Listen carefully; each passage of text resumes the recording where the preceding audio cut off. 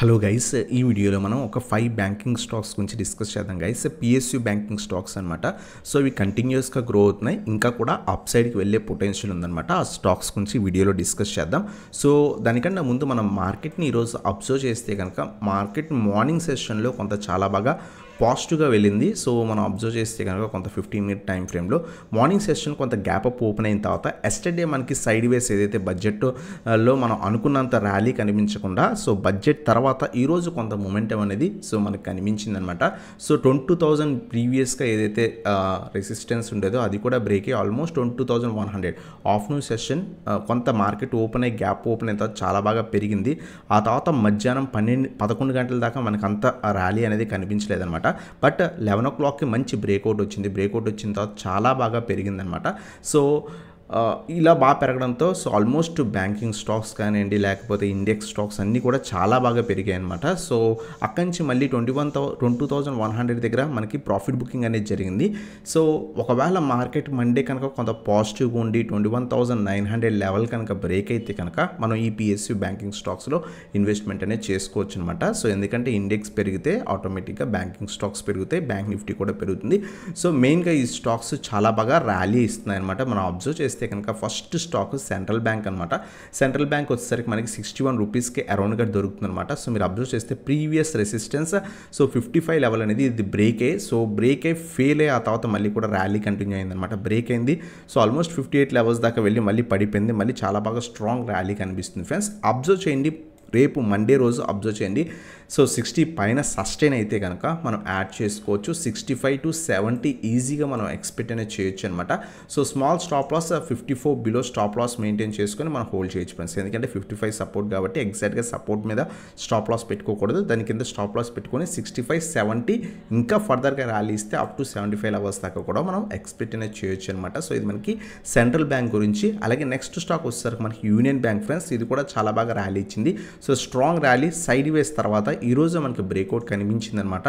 So కొంత Monday observe చేయండి. Markets ఒకవేళ నెగిటివ్ ఉంటే కనుక వెయిట్ ఫర్ రివర్సల్స్ వచ్చిన తర్వాత మాత్రమే తీసుకోండి ఫ్రెండ్స్. సో ప్రస్తుతం ఈ స్టాక్ కూడా మనకి యూనియన్ బ్యాంక్ కూడా 150కి అరౌండ్గా బ్రేక్అవుట్ అయ్యి సో ఆఫ్టర్నూన్ క్లోజింగ్ టైంలో ఏదైతే ప్రాఫిట్ బుకింగ్ జరిగిందో నిఫ్టీ బ్యాంక్ నిఫ్టీలో ఆటోమేటిక్గా బ్యాంకింగ్ స్టాక్స్లో ప్రాఫిట్ బుకింగ్ జరిగింది, ఇండెక్స్లో కూడా ప్రాఫిట్ బుకింగ్ మనం చూసాం అనమాట. సో ఈ స్టాక్ వచ్చేసరికి 145 మనకి సపోర్ట్ రీజన్. ఈ రీజన్ దగ్గర కొంత రివర్సల్ వస్తే యాడ్ చేసుకోవడానికి ట్రై చేయండి. 150 నుంచి 155 రీజన్ మన ఫస్ట్ టార్గెట్ కింద ఎక్స్పెక్ట్ చేయొచ్చు. ఇది కూడా బ్రేక్ అయితే అప్ టు 165 లెవెల్స్ దాకా కూడా ఎక్స్పెక్ట్ చేయొచ్చు. ఇది 1 మంత్ 2 వీక్స్ నుంచి 1 మంత్ పీరియడ్లో మనం ఎక్స్పెక్ట్ చేయొచ్చు. ఎందుకంటే సో బ్యాంకింగ్ స్టాక్స్ అది కూడా PSU banking stocks slow moving stocks అనమాట. సో అందువల్ల మనం 2 వీక్స్ నుంచి 1 మంత్ పీరియడ్లో మనకు సో 15 to 20-25% రిటర్న్స్ ఎక్స్పెక్ట్ అనేది చేయొచ్చు అనమాట. స్మాల్ స్టాప్ లాసెస్ పెట్టుకోండి. మీరు వెరీ స్మాల్ ట్రేడర్ అయితే 140 బిలో స్టాప్ లాస్ మెయింటైన్ చేయండి. లేదు కొంత రిస్క్ అనేది తీసుకోగలను అనుకుంటే 135 బిలో స్టాప్ లాస్ మెయింటైన్ అనేది చేసుకోవచ్చు అనమాట. ఇది మనకి యూనియన్ బ్యాంక్ గురించి ఫ్రెండ్స్. అలాగే నెక్స్ట్ స్టాక్ వచ్చేసరికి మనకి బ్యాంక్ ఆఫ్ ఇండియా. మేము ఈ పర్సనల్గా ఈ స్టాక్లో ఆల్మోస్ట్ 130 లెవెల్స్ దగ్గర 130 నుంచి 134 లెవెల్స్ మధ్యలో ఇన్వెస్ట్ చేసాం. బట్ ఆల్మోస్ట్ 1.5-2 వీక్స్ అరౌండ్గా మనకి ఇది సైడ్ వేసే ట్రేడ్ అయింది అనమాట. మంచి ర్యాలీ లాస్ట్ ఫ్యూ డేస్ బట్టి వచ్చింది ఫ్రెండ్స్. సో ఈ రీజన్లో చాలా టైం హోల్డ్ చేసి సో రీసెంట్గానే 150 దగ్గర ప్రాఫిట్ బుక్ చేసుకున్నాం. బట్ ఇంకా స్టిల్ అప్ సైడ్ పొటెన్షియల్ ఉంది. మండే రోజు అబ్జర్వ్ చేయండి. సో ఒకవేళ పడుతుంటే సో 140 నుంచి 145 రీజన్ మధ్యలో యాడ్ చేసుకోవడం బెటర్. సో వన్ డే రోజు కొంత మార్కెట్స్ పాజిటివ్ ఉండి ఈ స్టాక్ కూడా 150 పైన సస్టైన్ అయితే వెంటనే యాడ్ చేసుకోలేదు. పడుతుంటే కనుక వెయిట్ ఫర్ 140 to 145 రీజన్స్. ఈ రీజన్స్ దగ్గర కొంత రివర్సల్ వచ్చిన తర్వాత మనం యాడ్ చేసుకోవచ్చు. మళ్ళీ కూడా మనం 155 రీజన్స్ మనం ఎక్స్పెక్ట్ చేయొచ్చు అనమాట. సో నెక్స్ట్ టార్గెట్ వచ్చేసరికి 165 లెవెల్స్ దాకా కూడా మనం ఈజీగా ఎక్స్పెక్ట్ చేయొచ్చు. ఇక్కడ నుంచి సో ఆల్మోస్ట్ ఒక 20-25% మనం రిటర్న్స్ ఎక్స్పెక్ట్ చేయొచ్చు bank of India.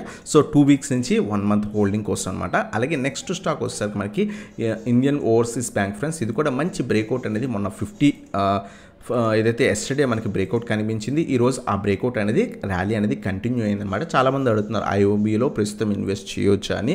So observe చేయండి, మండే కనుక సో కొంత పాజిటివ్ ఉంటే కనుక ఈ రీజన్స్లో కొంత రివర్సల్ ఏమైనా వస్తే కనుక మనం యాడ్ చేసుకోవచ్చు. 60 మన ఫస్ట్ టార్గెట్ కింద ఎక్స్పెక్ట్ చేయొచ్చు, 65 సెకండ్ టార్గెట్ కింద ఎక్స్పెక్ట్ చేయొచ్చు. ఒకవేళ మండే ఏమైనా నెగిటివ్ ఉంటే వెయిట్ ఫర్ అంటే పడిపోతుంటే కనుక wait for 50 levels. 50 strong support కాబట్టి ఇక్కడ రివర్సల్ వస్తే యాడ్ చేసుకోండి గైస్. ఒకవేళ మండే పడిపోతుంటే వెయిట్ ఫర్ 50 లెవెల్స్. 50 దగ్గర 50 నుంచి 52 రీజన్స్ మధ్యలో యాడ్ చేసుకోవడానికి ట్రై చేయండి. అప్పుడు మనం ఫస్ట్ టార్గెట్ 60-65 టార్గెట్స్ ఎక్స్పెక్ట్ చేయొచ్చు అనమాట. లేదు మండే రోజు కొంత నెగిటివ్గా ఓపెన్ అయినా లేదా సైడ్ వేస్ ఓపెన్ అయి పైకి వెళ్తున్నా వెంటనే యాడ్ చేసుకొని 50 బిలో స్టాప్ లాస్ మెయింటైన్ చేసుకోవచ్చు అనమాట. సో ఇది మనకి ఇండియన్ ఓవర్సీస్ బ్యాంక్ గురించి అనమాట. అలాగే నెక్స్ట్ స్టాక్ వచ్చేసరికి మనకి కెనరా బ్యాంక్ మనం ఆల్మోస్ట్ 200-250 రీజన్స్లో ఉన్నప్పుడే చాలా టైమ్స్ చెప్పుకున్నాం. స్ట్రాంగ్ లెవెల్స్ దగ్గర ఉంది, మనం హోల్డ్ చేయండి, లాంగ్ టర్మ్ వ్యూ ఉంటే కనుక హోల్డ్ చేయండి. ఆల్మోస్ట్ 100% కంటే అబోవ్ రిటర్న్స్ ఇచ్చిందనమాట. ప్రస్తుతం కూడా మనకి స్టిల్ అప్ ట్రెండ్లో కనిపిస్తుంది. లాస్ట్ ఫ్యూ డేస్గా కంటిన్యూస్గా ర్యాలీ ఇస్తుంది. ఆల్మోస్ట్ 450 లెవెల్స్ దగ్గర నుంచి కూడా 520 లెవెల్స్ దాకా కూడా వెళ్ళిందనమాట. సో ఇది కూడా అబ్జర్వ్ చేయండి. 500 లెవెల్స్ పైన మండే రోజు సస్టైన్ అయితే కనుక మనం యాడ్ చేసుకోవచ్చు. 525, 550, సో 580 లెవెల్స్ దాకా కూడా మనం ఎక్స్పెక్ట్ చేయొచ్చు అనమాట. 1 to 2 వీక్స్ కానీ లేదా 2 వీక్స్ నుంచి 1 మంత్ పీరియడ్లో మనం ఎక్స్పెక్ట్ చేయొచ్చు అనమాట. Stop loss 450 below stop loss maintain చేసుకొని సో హోల్డ్ చేసుకోవచ్చు అనమాట.